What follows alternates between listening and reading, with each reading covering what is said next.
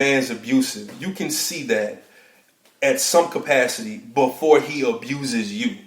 You know what I mean? You can see these things. Like you can see just financial instability. You can see, you know what I'm saying? You can see that he can't get a job. Or you can see that she ain't shit. You know what I'm saying? To my fellas out there, you can see these things. Like we can.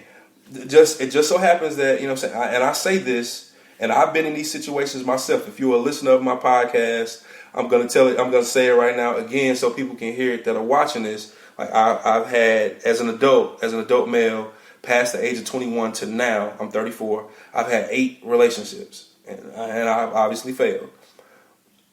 The thing with that is, I mean, you can say what you want about it. I know that's crazy, but I don't have a problem taking my products back to the store and returning them and getting my money back and trying to buy something else. Like I'll continue to buy the best pair of shoes I can find until I get the right pair of shoes. That's a difference in me, you know what I'm saying, and others. You know what I'm saying? I don't mind taking things back. Let's see here. Sure, you can't have eyes and ears for a reason. Yes. That's what I'm saying about listening and paying attention to things. Like you just have to really pay attention to people. Like especially if you call yourself caring about, or not even caring about, if you call yourself interested in, just pay attention to them. They'll tell you who they are. They will. Let me see. Puddin saying a lot. We go after what we think we deserve. Not necessarily. I mean, maybe subconsciously, but I mean, some of the cats I see my female friends with, they couldn't possibly believe that they deserve that. So I disagree with that. That's the problem. A lot of times people not only don't listen, but they fall in love with the idea of people. So true. And you know what? More often than not, falling in love with the idea of a person falls to women. That's real. And I don't, you know what I'm saying? I'm not trying to give you a hard time, but that really is women. Like women believe that they can change a person. Women tend to believe that they can see the potential. Oh, he could be so great. If he don't want to be great, he don't want to be great. Like he just, if he want to be, you know what I'm saying, the dope man for the rest of his life, shit, you can't do nothing about that. Crystal left a long comment, y'all. Hold on. I can't. Can I even see more? I can't see more on the live broadcast. I'm gonna read what I can. With my experience and observation, women often live in denial to avoid the hurt. They want to avoid the hurt up front, but it's just a temporary blinder, that always shows up at a later date. The reality of both is, I can't see the rest of it. Yes, I totally agree. And fall in love with the potential. Yeah, that's what it is. Like, potential, you know what I'm saying, is a big deal. Like, don't get me wrong, it really is. But, I mean, honestly, you know what I'm saying, in most cases, women have the tendency to unlock, if you will, their own potential, and others more so than men do. Generally, you know what I'm saying, a man's potential is unlocked by the influence. I won't say generally. A lot of times, the potential is unlocked by the influence of a woman. On some level, whether men want to believe it or not. You know what I'm saying? Part of me doing my podcast is influenced by a woman. You know what I'm saying? And potential is just potential. That is very true, Crystal. But you got to get past the potential part. Exactly. So I mean, that's there. Like I remember, I'm a big sports fan, and there was this guy that got drafted #1 overall for the Oakland Raiders back in 2007. If anybody follows football just a little bit, you'll probably know who I'm talking about. His name is Jamarcus Russell. He played for the LSU Tigers. Jamarcus Russell is today known as the biggest draft bust in NFL history. What that means is he had a great deal of potential. He was drafted #1 overall to the Oakland Raiders. He was the first guy to go in the draft. Oakland said, "Yo, we want you. We want you above all else." Okay? Jamarcus Russell. And Reggie, I feel you, bro, but feel me on this. You can't tell me dude didn't have stupid potential. Shut up, Crystal. Anyway, he got drafted number 1 overall based on his potential. And he is now, like, so, let me see. He wound up playing, fuck how much he played. He wound up, like, just floating right out the league. Oakland is the only team that he ever played for. Nobody else ever gave him a chance. That's unprecedented in the NFL. That's unfucking precedented. Every bust, even a draft bust, has gotten a second chance. But dude never got a second chance. But he had potential. He had a great deal of potential. And the thing is, like, a lot of, NFL experts will say about dude, like, he had potential. And then I heard Phil Simms is a quarterback that played for the New York Giants back in the day. He was the dude for just a split second. For about 3-4 seasons, he was that dude for the Giants. Phil Simms said, you know what, man, don't nobody want to hear that potential shit. Potential is potential. Like, potential can't get you, wins on the football field. I can potentially be a billionaire, but I'm not a billionaire. So potential doesn't make a difference in that particular situation. JR was good, boy. But potential doesn't mean anything. Potential can take you up, it can take you down. You gotta ignore the potential. You gotta focus. You have to focus and take in what you see and what you hear. That's the important part. If when you see the potential of a person to be volatile, I mean, that might mean something. Like if when people talk to me, they say I get in my feelings.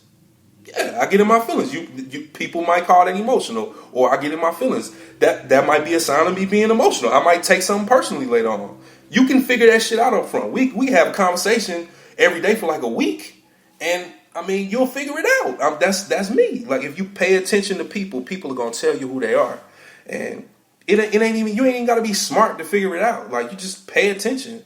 You know what I'm saying? Like the same shit that we used to do back in high school. Just pay attention for a little bit. You might catch a little sign or something. But I just had to bring that up because it's the post on, man. You see how depressing Facebook is with this dating shit now. It's crazy. Like, and it just bothers me to see people like, because I just feel like everybody may not have like the happiest of lives. But I mean, life is pretty straight out here, man. Like, y'all just saw, man, my boy Reggie brought up a good point about something a couple weeks ago on Facebook. Y'all saw old boy in Cleveland, who was claiming to walk around and be shooting people. I mean, with stuff like that going on in the world, and Trump dropping bombs on everybody he can find, I mean, life ain't so bad. You know what I'm saying? We in America. We can tell these motherfuckers when we don't like something. I mean, we can tell each other when we don't like something. You can literally tell me, like, Facebook and Instagram and Twitter. Social media gives you so much of a reach. Like, when you don't like what somebody's doing on Instagram or Twitter or whatever, you can tell them. Like, that's not good. That's not good social media etiquette, in my humble opinion. But you can do it. That don't mean it's to be done, but you can do it.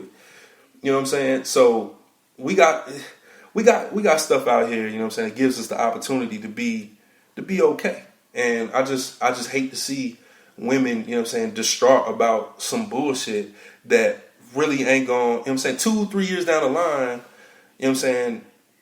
when you actually meet the dude that's gonna give you that forever or whatever, just gonna, y'all gonna write the next chapters of the book together.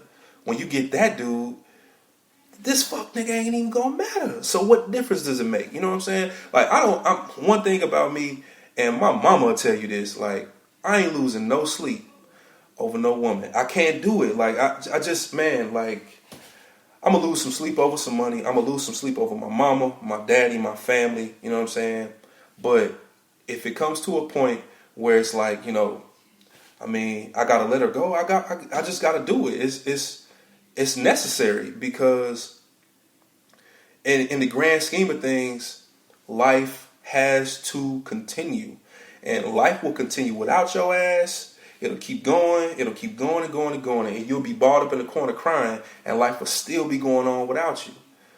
So my message in this episode is just you gotta roll on with life. You gotta really roll on with life because it's not gonna stop for you. And it's too much out here. It's too much going on to not make an attempt at being as happy as you possibly can. I've said this before on my podcast. One of my best friends from my Big Brother podcast. Shout out to Corporate Streets podcast with Jaron and TJ. My boy TJ, we spent some years in the Marine Corps together.